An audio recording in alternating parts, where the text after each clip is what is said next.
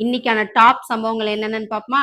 அதுல ஃபர்ஸ்ட் இன்னைக்கு ரொம்ப பெரிய சம்பவமே நடந்திருக்கு. என்னன்னா நம்ம டிவிகே எம்எல்ஏக்கள் கிட்ட பேரம் பேசியிருக்காங்க இந்த டிஎம்கே காரங்க. அது என்னன்னா தாவேகா அரசுக்கு எதிரா வாக்களிக்க சொல்லி ஊத்தங்கரை தாவேகா எம்எல்ஏ இளையராஜா அவர்களுக்கு கிட்டத்தட்ட 35 கோடி தர்றோம்னு சொல்லி பேரம் பேசியிருக்காங்க.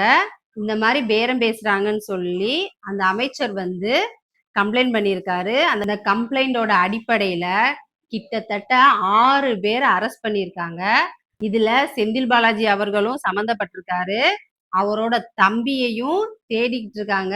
அவரும் ரொம்ப நாளா தலைமறைவாவே இருக்கிறாரு. அதே மாதிரி கிட்டத்தட்ட 10ல இருந்து 15 எம்எல்ஏக்கள் கிட்ட பேரம் பேசியிருக்காங்க.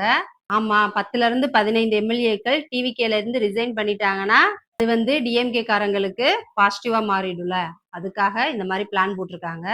அண்ட் முதலமைச்சர் விஜய் சாரோட தலைமையில கூட்டணி கட்சிகளோட ஆலோசனை கூட்டம் நடந்துச்சு. அதுல அவங்க என்ன பேசினாங்கன்றது இன்னும் வெளியில சொல்லல. அதுல இப்போ டிவிகேக்கு ஆதரவு கொடுத்த எல்லா கூட்டணி கட்சிகளும் ஒன்னா சேர்ந்து ஒரு கூட்டணி கட்சியா மாற போறாங்க. அந்த கூட்டணிக்கு ஒரு பேரும் வைக்க போறாங்க. அத சீக்கிரமே அனௌன்ஸ் பண்ண போறாங்க.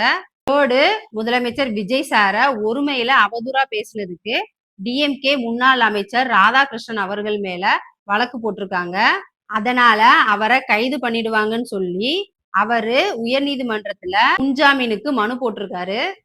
4th திருச்செந்தூர் சுப்பிரமணிய சுவாமி கோவில்ல ரொம்ப நேரம் காத்திருக்கும் பக்தர்களுக்கு வசதியா 1 கோடி மதிப்புல 2000 பேர் இருக்கிற மாதிரியான அறை ஒண்ணு கட்ட போறாங்க. அத குடிநீர், கழிவறை உள்ளிட்ட அடிப்படை வசதிகளோட கட்ட போறாங்க. அது மட்டும் இல்ல, இனி அந்த கோவிலுக்குள்ள செல்போன் கொண்டு போக கூடாதுன்னு சொல்லி தடை பண்ணியிருக்காங்க. 5th 6th இருந்து 10th படிக்கிற மாணவர்களுக்கு வந்து இனி கராத்தே, ஜூடோ, டாக்வாண்டோ, சிலம்பம் போன்ற தற்காப்பு பயிற்சிகளை வழங்க பள்ளி கல்வித்துறை வந்து ஏற்பாடு பண்ணிட்டு இருக்காங்க.